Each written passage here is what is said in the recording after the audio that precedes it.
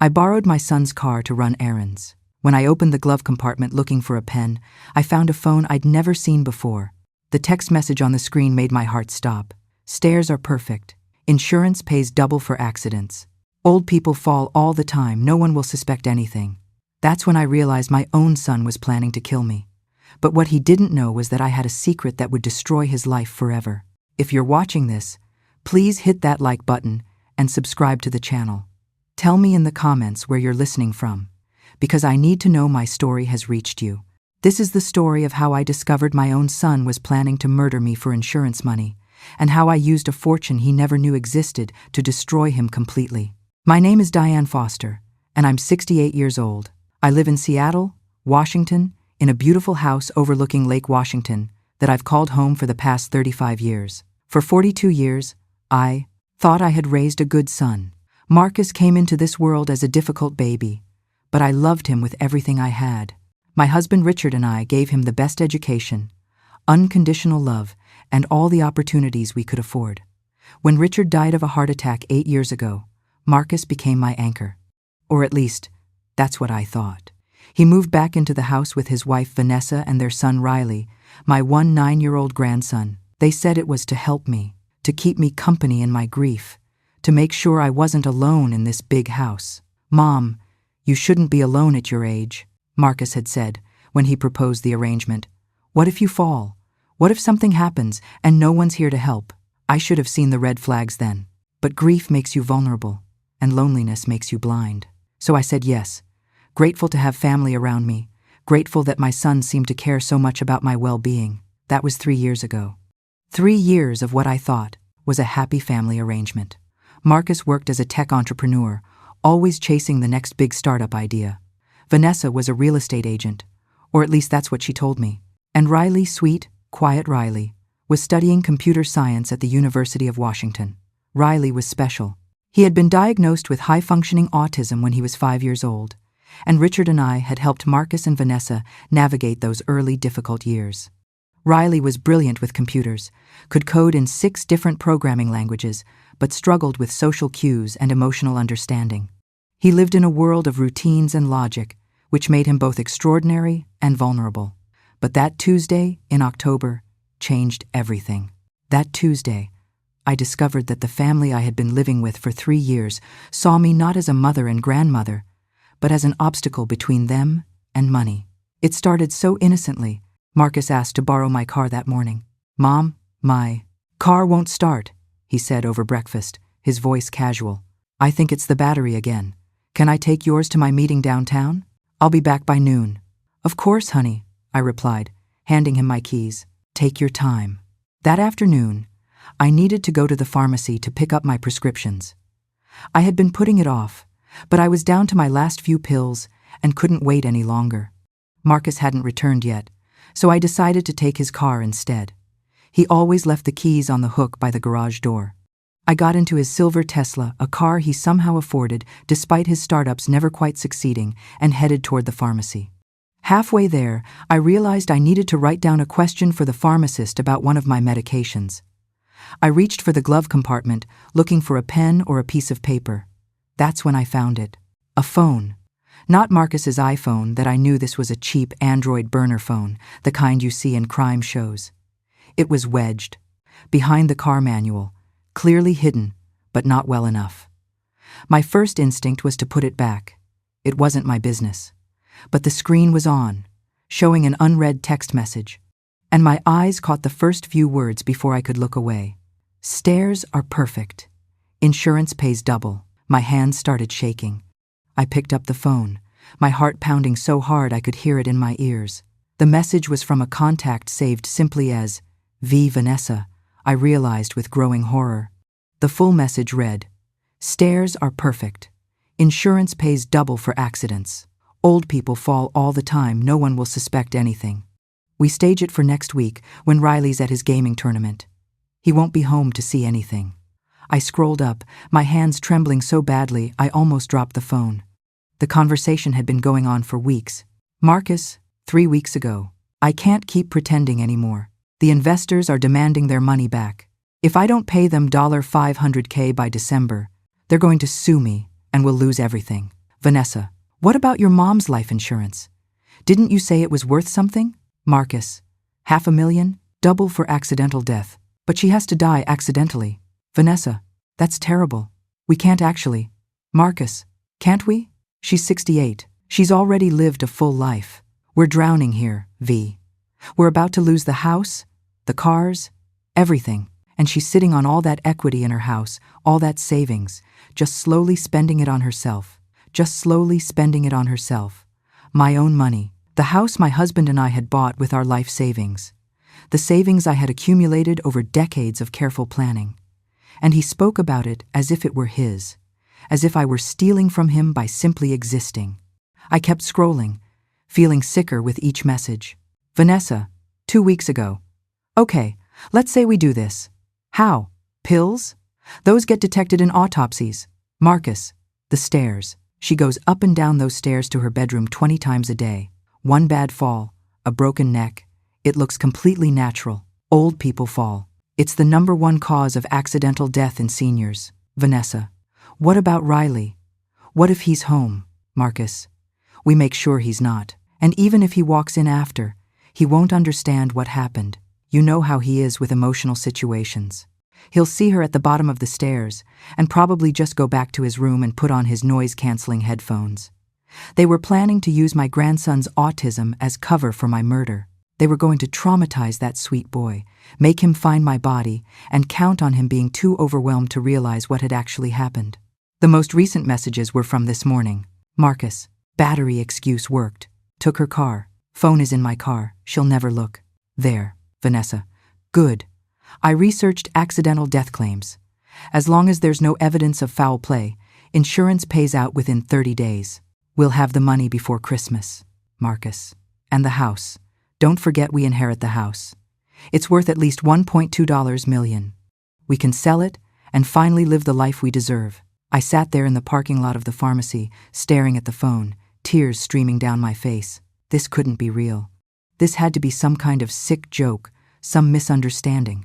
But it wasn't. The evidence was right there in my shaking hands. My son, the baby I had carried for 9 months, the toddler whose scraped knees I had kissed, the teenager whose heartbreaks I had consoled, the man I had helped support through business failure after business failure, was planning to murder me. And my daughter-in-law, the woman I had welcomed into my family, who called me Mom and kissed my cheek every morning, was helping him plan it.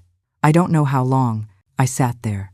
Eventually, a car pulled into the spot next to me, and the noise startled me back to reality. I wiped my tears, took several deep breaths, and made a decision. I wasn't going to the pharmacy. I was going to go home, act completely normal, and figure out what to do. But first, I needed evidence. I took out my own phone and photographed every single message in that burner phone's conversation history.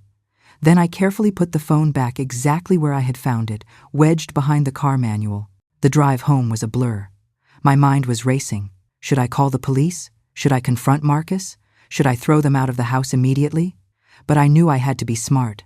If I showed my hand too soon, they might accelerate their plans.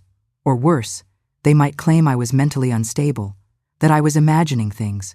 After all, I was 68 years old, a widow living with family.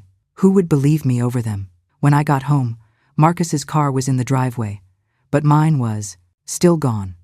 I parked his Tesla in the garage and walked into the house through the kitchen entrance. Mom, there you are. Marcus came around the corner, all smiles.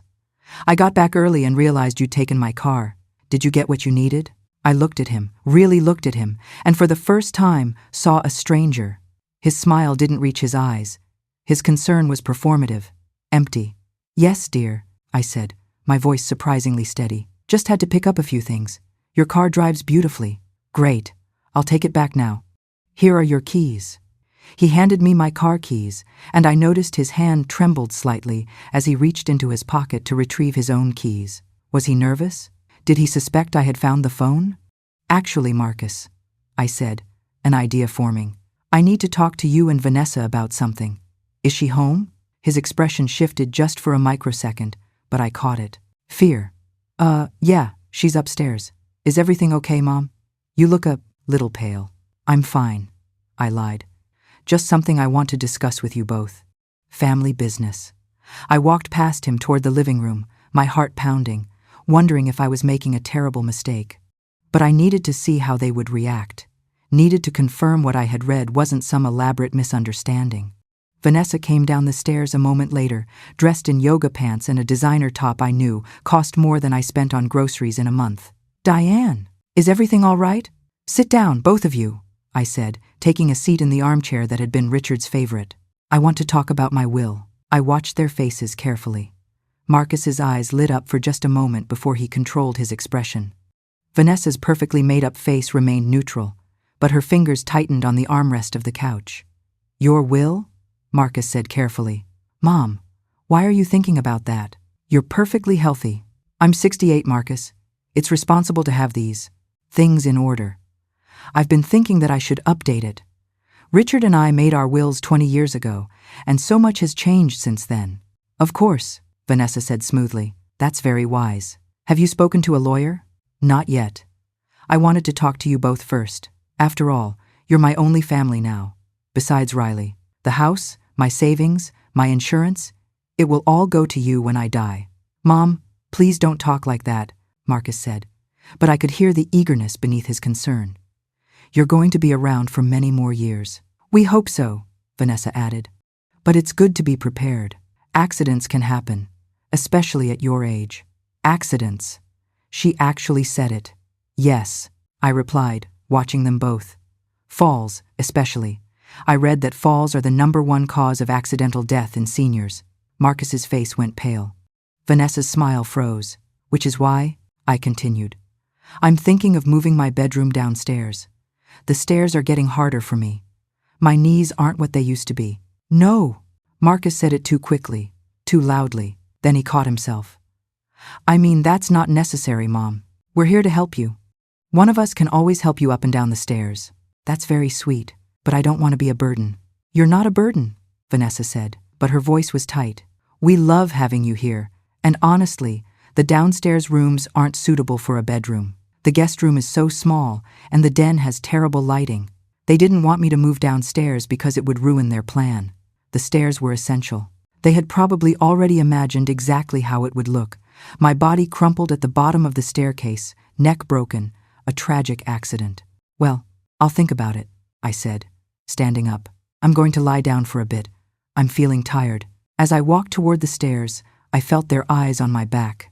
My hand gripped the banister tightly, hyper-aware of how easy it would be for someone to give me just a small push from behind. How many times had I walked up these stairs without thinking? And now each step felt like a potential death trap. In my bedroom, I locked the door, something I never did, and sat on the bed, my mind racing. I pulled out my phone and looked at the photos of the text messages again, making sure I hadn't imagined them. No, they were real. My son and daughter-in-law were planning to murder me, stage it as an accident, collect my life insurance and inheritance, and move on with their lives as if I had never existed.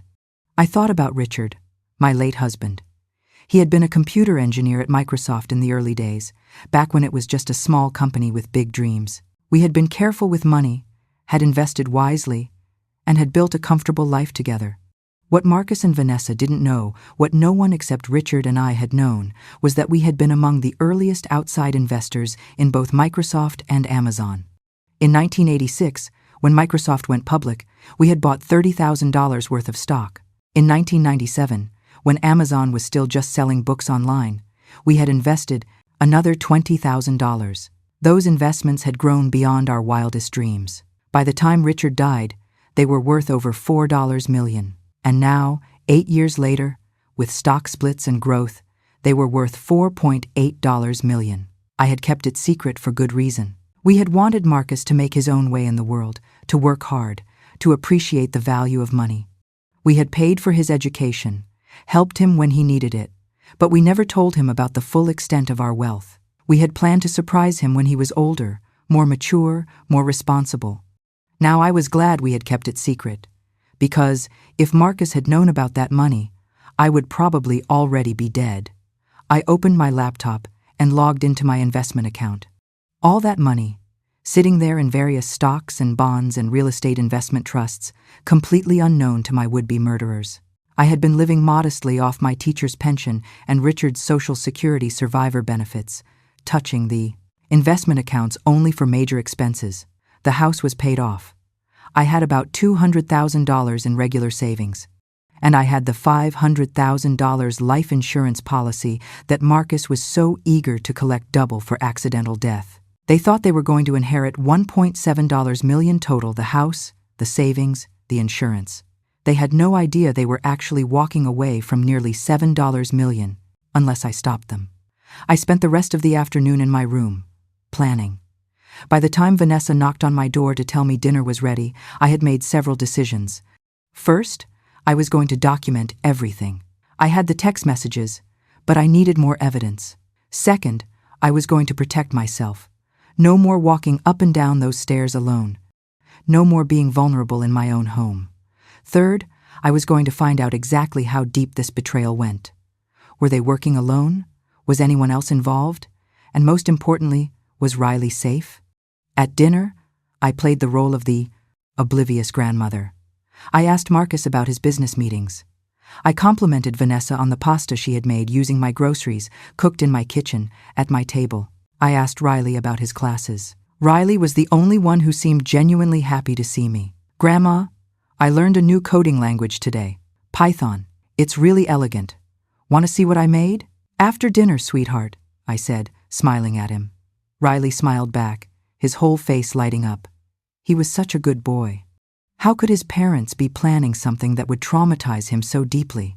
That night, I lay awake in my locked bedroom, listening to the sounds of the house. Around 2 a.m., I heard voices downstairs. Carefully, quietly, I got up and crept to my bedroom door. If I opened it just a crack, I could hear the conversation in the kitchen below. Too risky now. That was Marcus's voice. She's suspicious. Did you see how she was watching us at dinner? You're paranoid, Vanessa replied. She doesn't know anything. She's just old and probably a little lonely. The will conversation was normal for someone her age. But what if she does know? What if she found the phone? How would she find the phone? You said it was hidden in your car, and she only borrowed your car for like an hour. She's not some detective, Marcus. She's a 8-year-old retired teacher who can barely work her iPhone. Can barely work my iPhone. I almost laughed. I had been using computers since before Vanessa was born. We need to move up the timeline, Marcus said. The investors are getting aggressive. They sent another email today. If I don't pay them back by the end of next month, they're going to sue. We'll lose everything, the house we bought, the cars, everything. We need that insurance money now. Next week? Vanessa asked. When Riley's at his tournament? Yes. He leaves Friday morning.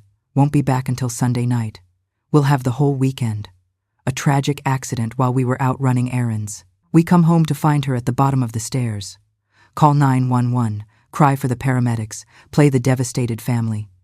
And you're absolutely sure the insurance pays out for accidents? I called them, pretended to be asking about my own policy. They confirmed accidental death pays double the face value within 30 days as long as there's no evidence of foul play. A fall down the stairs is textbook accidental death. Happens to thousands of seniors every year. My stomach turned. He had called the insurance company. He had researched this. This wasn't a fantasy or a desperate thought. This was a plan. What about after? Vanessa asked. After she's gone? We sell the house immediately.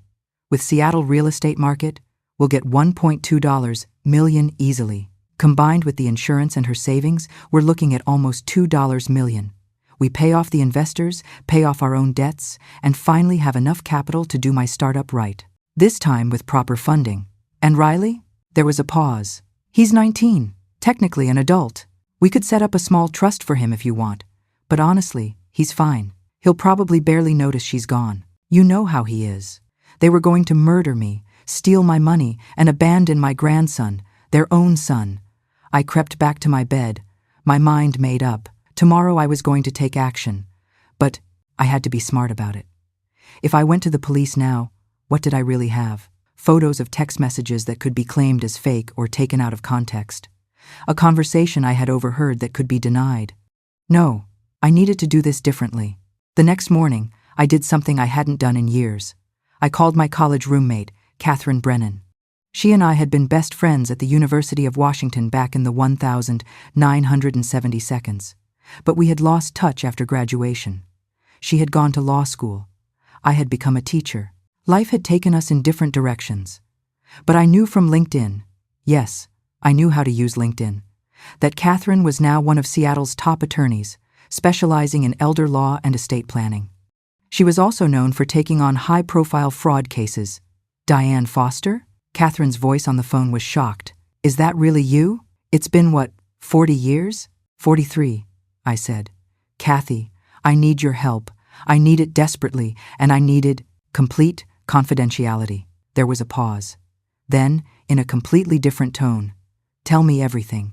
We met at a coffee shop near her office downtown. I had told Marcus and Vanessa I was meeting an old friend, which was technically true. Marcus had seemed relieved that I was going out, probably happy to have me out of the house. Catherine looked older, of course, but she still had that sharp intelligence in her eyes that I remembered from our college days. Her gray hair was cut in a stylish bob, and she wore an expensive suit that spoke of success. I told her everything. The burner phone, the text messages, the overheard conversation, the plan to kill me during Riley's tournament.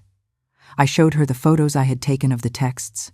Catherine listened without interrupting, taking notes on her tablet. When I finished, she was silent for a moment. Diane, she said finally, I've practiced law for 35 years. I've seen terrible things, fraud, abuse, betrayal. But this is attempted murder. Premeditated. We need to go to the police right now. No, I said firmly. Not yet. Why not? They're planning to kill you in less than a week. Because I need more evidence. Right now, I have text messages that could be explained away, and a conversation I overheard that they can deny. I need something irrefutable. Something that will not only stop them but destroy them completely. Catherine studied me. You want revenge. I want justice, I corrected. But yes, I also want them to pay for what they've done. Not just the murder plot, everything. The lies, the manipulation, the 3 years they've lived in my house pretending to care about me while planning my death. What do you have in mind? I leaned forward. I need you to help me do several things. First, I need to protect myself until we can build a case. Second, I need to document everything they're doing. And third, I paused. Third, I need to make sure that when this is over, they don't get a single penny of my money. Not the house, not the savings, nothing. How much money are we talking about, Diane? Besides the house and my regular savings? About $4.8 million in investment accounts they don't know exist. Catherine's eyes widened. I'm sorry, what? I smiled. That's my secret weapon, Kathy. They're trying to kill me for a $1.7 million inheritance. They have no idea they're walking away from $7 million total. Catherine started to laugh. It was a shocked, slightly hysterical laugh. Oh, Diane, we're not just going to stop them. We're going to destroy them. That's exactly what I was hoping you'd say. We spent the next hour planning. Catherine explained that we needed to build a case that would result not just in their arrest, but in convictions that would stand up in court. That meant more evidence, more documentation, and most importantly, patience. The tournament is Friday, I said. That gives us less than a week to prepare. Then we'd better get started, Catherine replied. First things first, we need to get you somewhere safe. Can you leave the house without raising suspicion?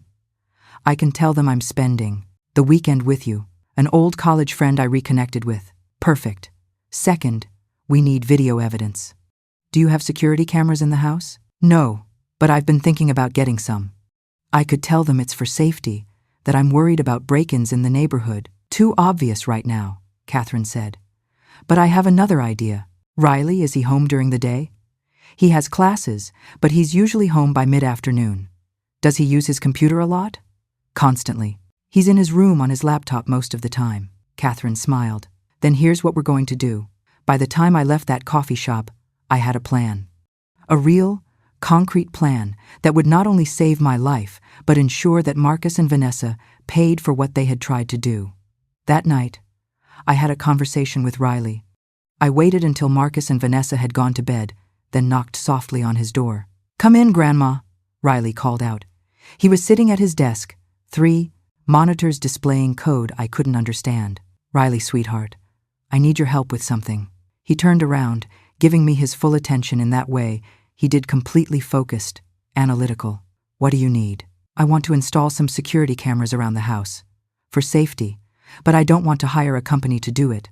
Those installations are so expensive. I was hoping you could help me set up something with computers, maybe webcams?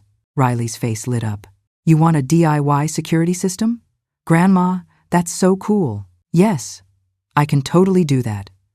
I can set up cameras that record to a cloud server with motion detection and everything. When do you want to do it? Tomorrow? If you have time? Absolutely. This is going to be such a fun project. Sweet, innocent. Riley had no idea he was about to help me gather evidence against his own parents. The next day, Riley and I spent hours setting up small wireless cameras throughout the house. He thought we were placing them to catch potential intruders' cameras by the doors, in the living room, in the kitchen. But I made sure we also placed one in the hallway at the top of the stairs. For the upstairs hallway, I told Riley, in case someone breaks in while I'm sleeping. Riley set up everything to record to a cloud server that only he and I had access to. He showed me how to access the feeds from my phone, how to review recordings, everything. This is really good, Grandma, he said proudly. Way better than those expensive systems. And it only cost like $200 in cameras and equipment. You're brilliant, Riley, I told him, and I meant it. He had just helped me build the perfect trap for his parents. That night, I tested the system. I could see every camera feed from my phone, crystal clear. I could hear audio, and everything was being recorded and backed up to the cloud automatically. Now all I had to do was wait for Marcus and Vanessa to incriminate themselves. I didn't have to wait long. 2 days later, Thursday evening, I announced at dinner that I would be spending the weekend with Catherine, an old college friend, I explained. We reconnected recently, and she invited me to stay at her place in Bellevue. I thought it would be nice to get away for a couple of days. You don't mind, do you? I watched Marcus and Vanessa exchange a look. A quick, meaningful glance that said everything. Of course not, Mom, Marcus said, a little too eagerly. That sounds wonderful. You should absolutely go. Will you be gone all weekend? Vanessa asked, trying to sound casual. I'll leave Friday morning and be back Sunday evening. Is that all right? Perfect, Marcus said. Then, realizing how that sounded, I mean, take all the time you need. It'll be good for you to spend time with your friend. Riley looked up from his phone. Can I come visit you there, Grandma? Actually, sweetheart, Vanessa jumped in. You have your gaming tournament this weekend, remember? You leave Friday morning too. Oh, right, Riley said, going back to his phone. I forgot. So, they had planned it for this weekend, Friday, when both Riley and I would be gone. A whole weekend to stage my accident before anyone came home to find my body. Except I wouldn't be there. And every moment of what they did would be caught on camera. That night, I packed a bag. I took my important documents, my laptop, my jewelry, anything I didn't want them to have access to. I also made sure my phone was fully charged and that I had the security camera app open and ready. Friday morning came. Riley left early for his tournament, excited and nervous. He hugged me goodbye, his long arms wrapping around me tightly. Good luck, sweetheart, I told him. I'm so proud of you. Thanks, Grandma. Have fun with your friend. An hour later, Catherine picked me up. Marcus and Vanessa stood on the porch, waving goodbye like the loving family they were pretending to be. Have a wonderful time, Mom, Marcus called out. Call if you need anything, Vanessa added. I waved back, smiling. They had no idea this was the last time they would see me as their naive, trusting victim. As soon as we were in Catherine's car, driving away, I opened the security camera app on my phone. Let's see what they do now, I said. Catherine glanced at the phone. Are you sure you want to watch this? It might be disturbing. I need to see it. I need to know exactly what they're capable of. We drove to Catherine's law office in downtown Seattle. She had a conference room set up for us, a large screen where we could monitor the camera feeds, comfortable chairs, coffee, and snacks. We're going to be here a while, Catherine said. For the first few hours, nothing happened. Marcus and Vanessa went about their normal routines. He worked on his laptop in the living room. She made phone calls, probably related to her real estate work, but around 2 p.m., things changed. Marcus closed his laptop and called to Vanessa. They're both gone. The house is ours for the whole weekend. Vanessa came into the living room. Should we do it today or wait until tomorrow? Today, Marcus said. The sooner we get it done, the sooner we can move forward with our lives. I watched on the screen as my son and daughter-in-law prepared to stage my murder. Marcus went to the garage and came back with a toolbox. He walked up the stairs, and I watched on the camera feed as he examined the top step carefully. What's he doing? Catherine asked, leaning closer to the screen. I think he's… Oh my God, I whispered. Marcus was loosening the carpet on the top stair. He used a screwdriver to pull up, the tacks holding it in place, creating a loose flap that would easily catch someone's foot. Then he took out a small bottle furniture polish and sprayed it liberally on the wooden step beneath. He's making it slippery, Catherine said, her voice tight with anger, creating the perfect trap. But Marcus wasn't done. He adjusted the carpet so it looked normal, but would slip under weight. Then he stepped back and took a photo with his phone. Before picture, Vanessa's voice came through the audio. So we can put everything back exactly the way it was after. They were going to kill me, then remove all evidence of their tampering.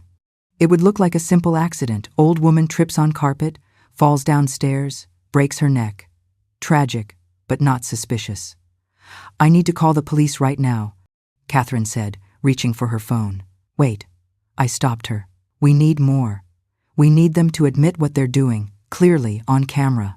Right now, they could claim they were just, I don't know, checking the carpet for damage.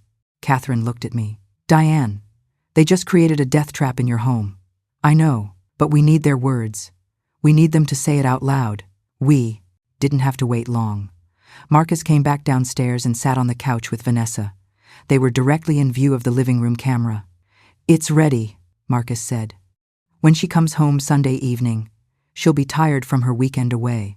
She'll head straight upstairs to her bedroom. One wrong step and she falls, Vanessa finished. Breaks her neck. Quick, probably painless. Painless for her, Marcus said. But financially painful for us to have waited this long. We're bleeding money, V. The investors are threatening legal action. Our credit cards are maxed out. We're living in her house, eating her food, driving cars we can't afford.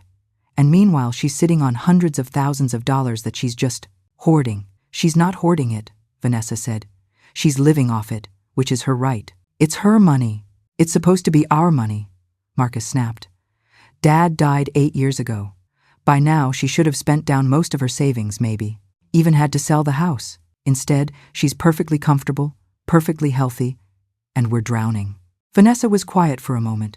Do you think she knows? About your startup failures? About the investor debt? How could she? I've never told her the truth. She thinks every startup just didn't work out. Not that I lost massive amounts of other people's money. She thinks I'm a struggling entrepreneur, not a failure who owes $500,000 to people who are threatening to sue. There it was, the real reason. Marcus wasn't just greedy, he was desperate. He had failed repeatedly, gotten himself into crushing debt, and saw killing me as his only way out. After this weekend, Vanessa said, everything changes. We'll have the insurance money within 30 days. We can put the house on the market immediately. I've already talked to 3 real estate agents, told them I'm preparing for a potential listing. With Seattle's market, we'll have offers within days. And then, we're free, Marcus said. Free from debt, free from failure, free from pretending to care about her every single day. I felt tears running down my cheeks. Catherine put her hand on my shoulder. I'm sorry you're hearing this, she said softly. I needed to hear it, I replied. I needed to know the truth. Marcus stood up. I'm going to go check on the stairs one more time. Make sure everything looks natural. As he headed upstairs, Vanessa called after him. What time should we discover her on Sunday? Evening. We'll go out to dinner. Come home around 7. She'll have been home for a few hours by then. Gives the body time to settle. Makes the time of death estimation more believable. Body. He called me the body. I wasn't his mother anymore. I was just an obstacle to be removed. The rest of Friday passed with Marcus and Vanessa going about their business, occasionally making comments about after mom's gone or once we have the money. Every word was caught on camera, backed up to the cloud, preserved forever. Saturday morning, Catherine and I met with a private investigator she had worked with before. A woman named Sarah Jones, who specialized in financial fraud and family cases. "I need you to dig into Marcus Foster's life," Catherine told her. "His business dealings, his debts, everything. We need to know exactly how deep his financial problems go." Sarah worked fast. By Saturday evening, she had a preliminary report. "Marcus Foster has quite a history," Sarah said, spreading documents across Catherine's conference table. 5 failed startups in the last 8 years. Each one courted investors. Each one failed to deliver. Each one lost money. "How much money total?" I asked. "Approximately $1.2 million in total investor losses across all 5 companies. His current startup, Tech Vision Solutions, owes $480,000 to 3 primary investors. They've sent multiple demand letters, and they filed a lawsuit 2 weeks ago." "A lawsuit?" Catherine leaned forward. "For what?" "Fraud. They're claiming Marcus misrepresented his company's progress, spent investment capital on personal expenses, and has been operating what amounts to a Ponzi scheme, using new investment money to pay back earlier investors." "So he's not just in debt," I said slowly. "He's being sued for fraud." "Correct. And if he loses this lawsuit, which he almost certainly will, he could face criminal charges. Wire fraud, securities fraud, potentially even jail time. No wonder he was so desperate. He wasn't just trying to pay off debts. He was trying to avoid prison." "What about Vanessa?"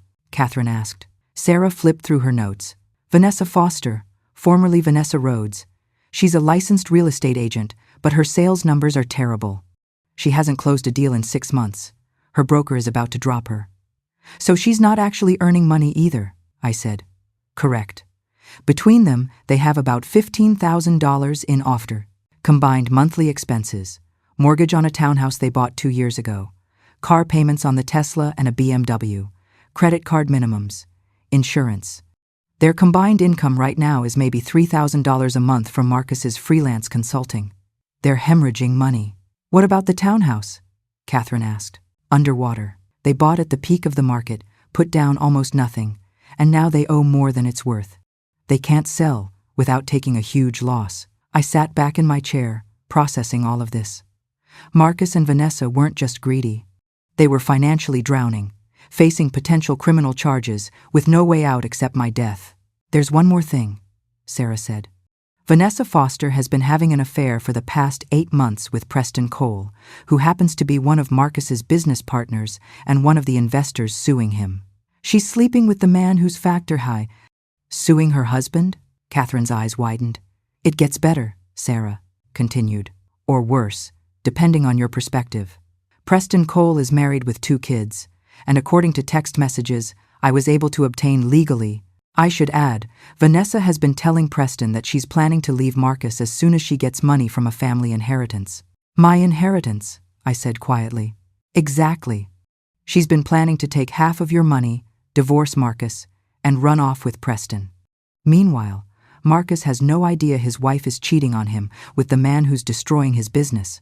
It was almost Shakespearean in its betrayal. They were planning to murder me together, but they were also betraying each other." "What about Riley?"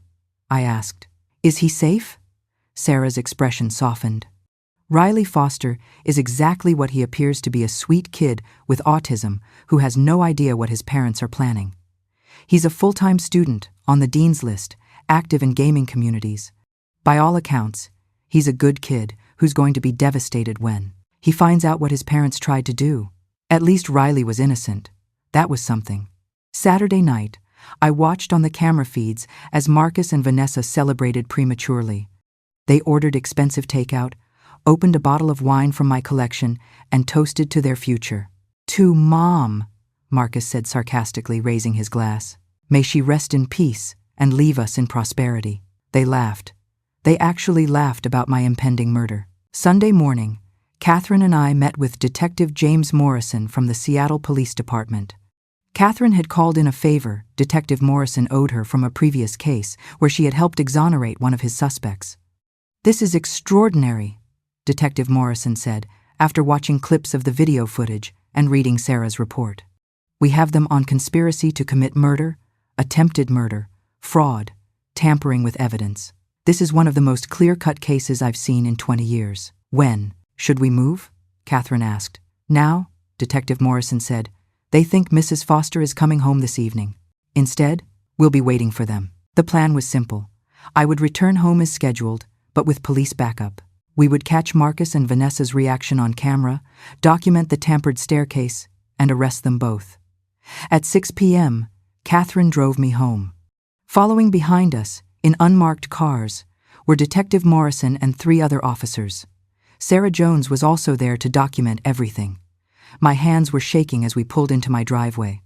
After 3 days away, I was returning to the home I had lived in for 35 years, but it didn't feel like home anymore. It felt like a crime scene.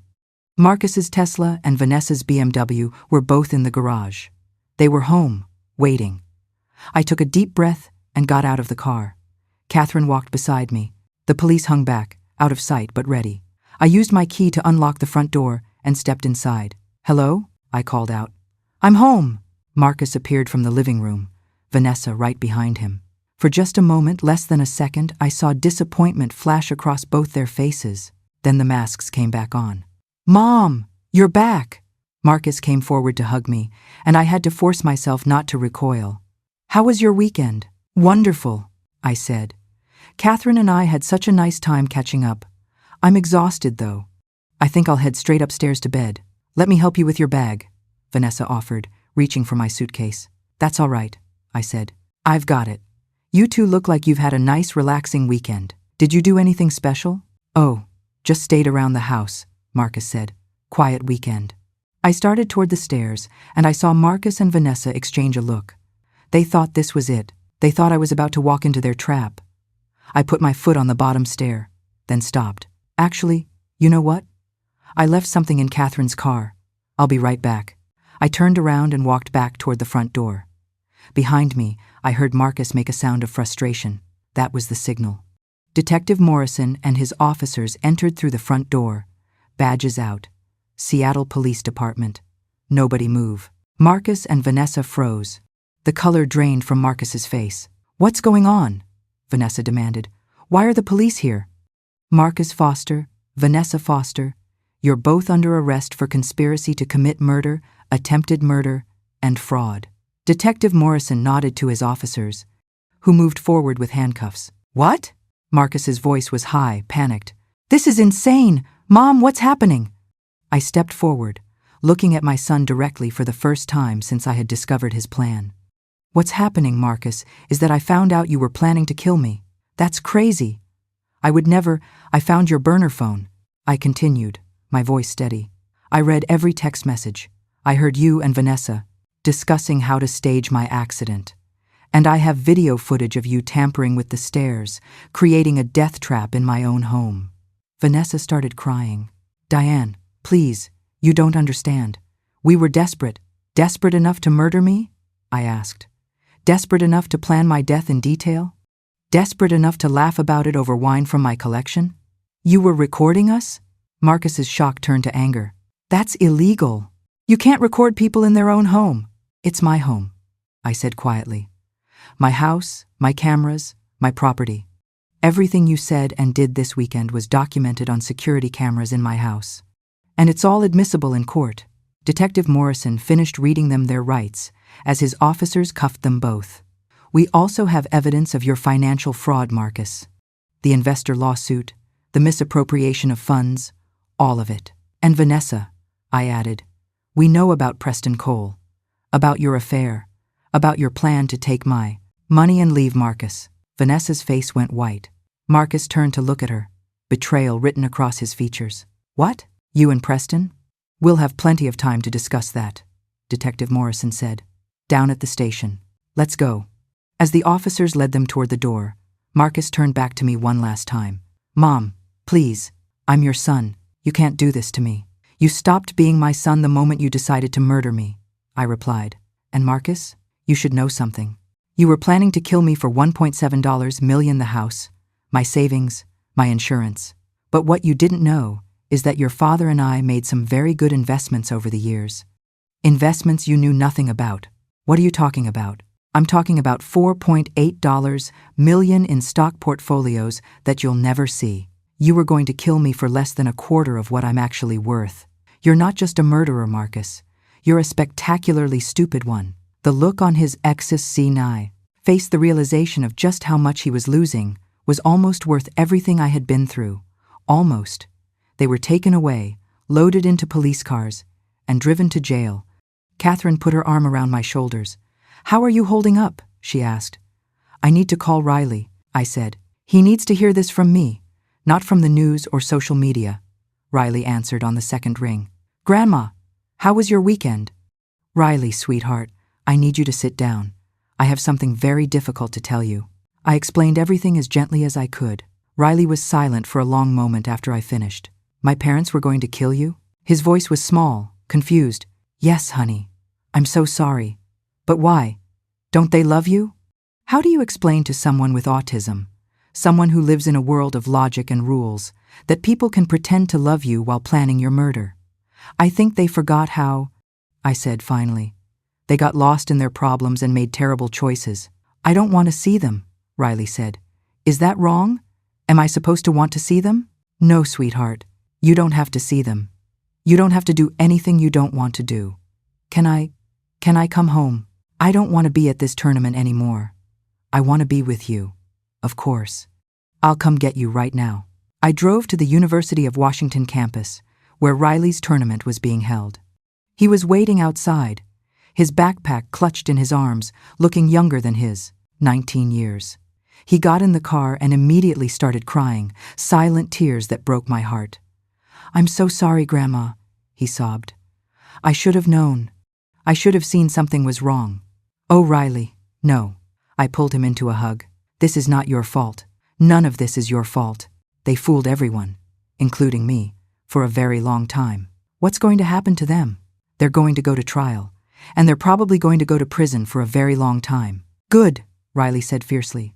"They should. They tried to hurt you." That night, Riley and I sat in the living room after a professional had come to fix the stairs, of course, and I explained everything to him. The hidden wealth, the investments, the plan to protect ourselves. "So you're actually really rich?" Riley asked. "I am. Your grandfather and I were very fortunate with our investments." "And my parents didn't know?" "No. We wanted your father to make his own way in the world. We were going to tell him eventually, but then your grandfather died, and I kept waiting for the right time. I realize now there was never going to be a right time." Riley was quiet for a moment. "What happens now? To me, I mean. If they go to prison, where do I live?" "Here," I said immediately. "With me. For as long as you want. This is your home, Riley. It always has been, and it always will be. Really, really. We're family. Real family. And real family protects each other." Riley hugged me tightly. "Thank you, Grandma. For everything." The next few days were chaos. The story hit the news, local son arrested for plotting mother's murder, and my phone wouldn't stop ringing. Reporters, friends I hadn't heard from in years, distant relatives, all wanting to know details. Catherine handled most of it, releasing a brief statement on my behalf and telling everyone else to leave me alone. Sarah Jones continued her investigation, uncovering even more evidence of Marcus's financial crimes, and I began the process of completely cutting Marcus and Vanessa out of my will. Everything would go to Riley now, held in trust, until he was 25. I also set up a foundation for autism research and support, funded with $1 million from my investments. A week after their arrest, I received a letter from Marcus. It was delivered to Catherine's office. He didn't have my new address since I had moved out of the house temporarily while it was being cleaned of their presence. The letter was 4 pages long, handwritten, full of apologies and excuses. He blamed his desperation, his business failures, his fear of prison. He claimed he never would have actually gone through with it, that he was just exploring options. But buried in the middle of the letter was the truth. "I convinced myself that you had already lived a full life, that you wouldn't mind dying if it meant I could finally succeed." He had convinced himself. He had actually rationalized murdering his own mother as something I wouldn't mind. I burned the letter. I didn't need it, and I certainly didn't need the toxicity of his justifications in my life. The preliminary hearing was scheduled for 6 weeks after their arrest. Catherine explained that with the evidence we had, the video footage, the audio recordings, the tampered staircase, the text messages, the financial fraud, the district attorney was confident in getting convictions. They're being offered a plea deal, Catherine told me over coffee one afternoon. Marcus, 18 years, with possibility of parole after 12. Vanessa, 15 years with possibility of parole after 10, in exchange for guilty pleas and no trial. Will they take it? I asked. Their lawyers are recommending it. If they go to trial and lose, they could get much longer sentences. Attempted murder alone carries up to life in prison in Washington state. And if they don't take the deal, then we go to trial, and I testify, and you testify, and the jury sees all the evidence. Trust me, Diane, they don't want that. The videos of them celebrating your planned murder, no jury in the world would have sympathy for them. Marcus and Vanessa took the plea deal. I didn't attend the hearing where they officially pleaded guilty. I couldn't bear to see them again. But Catherine was there, and she called me afterward. It's done, she said. They both pleaded guilty to conspiracy to commit murder, attempted murder, and fraud. They'll be sentenced in 30 days. How did they look? Defeated, Vanessa cried the entire time. Marcus just stared at the table. Their lawyers said both were remorseful.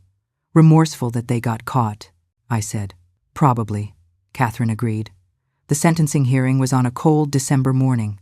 This time, I did attend. I wanted to look them in the eyes one more time. I wanted them to see that I had survived, that I had won, that their plan had failed completely. The courtroom was packed. Riley sat beside me, holding my hand. Catherine was on my other side. Sarah Jones was there, along with Detective Morrison. Even some of Marcus's former investors showed up, wanting to see justice served. Marcus and Vanessa were led in wearing orange jail jumpsuits, looking nothing like the polished couple who had lived in my house. Vanessa had lost weight. Her hair was limp and unwashed. Marcus had aged 10 years in 2 months. The judge, a stern woman in her 60s named Judge Patricia Warren, reviewed the case files before speaking. This is one of the most disturbing cases I've encountered in my career, she began. A son and daughter-in-law living in comfort in the home of the woman who raised them, plotting her murder for financial gain. Not just plotting, but actively creating a death trap in her own home. The premeditation, the callousness, the complete lack of remorse until after arrest. These are aggravating factors. She looked at Marcus directly. Mr. Foster, you were asked if you wanted to make a statement. Do you? Marcus stood slowly. Yes, Your Honor. I want to apologize to my mother. I was desperate. I was scared, and I made terrible decisions. I never actually wanted to hurt her. I just didn't know what else to do. Judge Warren's expression didn't change. You didn't know what else to do except murder your mother? Is that your testimony? I know. I just mean, sit down, Mr. Foster. She turned to Vanessa. Mrs. Foster? Vanessa stood, tears streaming down her face. I'm so sorry. I got caught up in Marcus's plan, and I should have stopped it.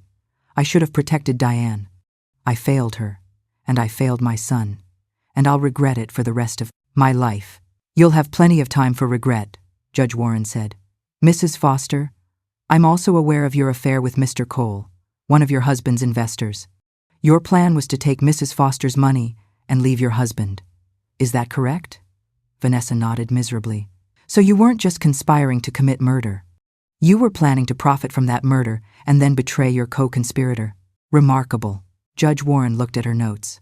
The plea agreement calls for 18 years for Marcus Foster and 15 years for Vanessa Foster. However, given the aggravating circumstances, the premeditated nature of the crime, the financial fraud, the creation of the death trap, I'm amending those sentences. Marcus Foster, you are sentenced to 22 years in state prison, with possibility of parole after 18 years. Vanessa Foster, you are sentenced to 18 years in state prison with possibility of parole after 14 years. Vanessa started sobbing. Marcus closed his eyes. Additionally, the judge continued, both of you are ordered to pay full restitution to Mrs. Foster for emotional damages, legal fees, and the costs of removing you from her home and her life. The amount will be determined by the court, but I'm estimating somewhere in the range of $200,000 each. Your Honor, Marcus's lawyer stood up. My clients have no assets. They can't pay, then they'll work in prison and their wages will be garnished. They'll pay it eventually, even if it takes decades. This court stands adjourned. As they were led away, Marcus turned and looked at me one last time. I met his eyes steadily. I wanted him to see that I wasn't the frail victim he had thought I was. I was the woman who had outsmarted him, outplayed him, and won. After the hearing, Catherine, Riley, and I went to lunch at a nice restaurant overlooking Elliott Bay. "It's over," Catherine said, raising her glass of water. "You're safe. They're going to prison. Justice was served." "It's not quite over," I said. "There's one more thing I need to do." 2 months after the sentencing, I did something I had been planning since the day Marcus and Vanessa were arrested. I held a press conference. Catherine thought I was crazy. "Diane, you don't owe anyone an explanation. The case is over. Why put yourself through this?" "Because there are other people out there like me," I said. "Other elderly people whose families are plotting against them, stealing from them, abusing them. If my story can help even one person recognize the warning signs and protect themselves, it's worth it." The press conference was held at Catherine's law firm. Reporters from every major Seattle news outlet attended, plus several national media organizations. Riley sat beside me, having insisted on being there for support. I told my story from beginning to end, finding the burner phone, the text messages planning my murder, the tampered staircase, the hidden cameras that caught everything, and finally, the secret fortune that Marcus never knew existed. "Elder abuse is an epidemic in this country," I said, looking directly at the cameras. "It's not always physical violence. Sometimes it's financial exploitation. Sometimes it's emotional manipulation. And sometimes, as in my case, it's family members who see you as nothing more than an obstacle to inheritance." I paused, gathering my thoughts. I was lucky. I had resources, I had friends who helped me, and I had the ability to fight back. But many elderly people don't have those advantages. They're isolated, vulnerable, and completely dependent on the very people who are abusing them. A reporter raised her hand. "Mrs. Foster, what would you say to other seniors who suspect their family members might be taking advantage of them?" "Trust your instincts," I replied. "If something feels wrong, it probably is. Document everything. Keep records of your finances. And most importantly, reach out for help. Talk to a lawyer. Talk to the police. Talk to a social worker. Don't suffer in silence. Because you're afraid of causing family conflict. Your safety and well-being matter more than keeping the peace." Another reporter asked, "What about your grandson Riley? How has this affected him?" Riley leaned forward to his microphone. "It's been hard. Finding out your parents tried to murder your grandmother, that's not something you get over quickly. But Grandma has been amazing. She's helping me get therapy, helping me finish college. She's shown me what real family looks like." I squeezed his hand under the table. After the press conference, the response was overwhelming. I received hundreds of letters from elderly people sharing their own stories of family betrayal. Some had been financially exploited by their children. Others had been isolated, manipulated, or coerced into signing over assets. With Catherine's help, I established the Richard Foster Foundation for Elder Protection, named after my late husband. The foundation provided free legal services to seniors dealing with family exploitation, funded elder abuse hotlines, and created educational programs to help people recognize warning signs. I donated $2 million to fund the first 5 years of operations. Riley, who had decided to minor in social work alongside his computer science degree, volunteered to help build the foundation's website and database systems. "I want to help people like you, Grandma," he said, "people who are being hurt by their own families." 6 months after the trial, I sold my old house. There were too many bad memories, too many ghosts. I bought a smaller, modern home in Bellevue with views of the mountains and the Sound. Riley moved in with me, taking over the entire second floor as his apartment. We established new routines. Friday nights were movie nights. Sunday mornings we made pancakes together. Riley taught me about his coding projects, and I taught him about investing and financial planning. "You know," Riley said one Sunday over pancakes, "I used to think family meant the people you were born to, but now I realize family is the people who actually care about you." "That's exactly right," I agreed. "Blood doesn't make family. Love and loyalty do." 1 year after the arrest, I received a letter from Vanessa. She had been transferred to a women's prison in eastern Washington and was participating in a rehabilitation program. "Dear Diane," the letter began, "I know I have no right to ask for your forgiveness. What Marcus and I did was unforgivable, but I want you to know that I think about what we did every single day. I see your face in my nightmares. I wake up horrified at the person I became." She went on to explain that she had been in therapy, that she was working on understanding how she had allowed herself to participate in such an evil plan. She didn't make excuses, didn't blame Marcus, just took full responsibility for her actions. "I don't expect you to write back," the letter concluded. "I just needed you to know that I'm sorry, truly, deeply sorry. And I hope that someday, somehow, I can do something good in this world to balance out the terrible thing I tried to do to you." I showed the letter to Riley. "Should I respond?" I asked. He thought about it for a moment. "Do you want to?" "I don't know. Part of me wants to tell her I forgive her, but I'm not sure I do." "Then don't," Riley said simply. "You don't owe her forgiveness. She tried to kill you." He was right. I put the letter in a drawer and tried to move on. Marcus never wrote. According to Catherine, who still had contacts in the prison system, Marcus was angry and bitter. He blamed me for reporting him, blamed the justice system for convicting him, blamed everyone except himself. "Some people never learn," Catherine said. "Marcus is apparently telling anyone who will listen that he was the real victim in all of this." I wasn't surprised. Marcus had always been good at playing the victim, at rewriting history to make himself look better. 2 years after the trial, Riley graduated from the University of Washington with honors.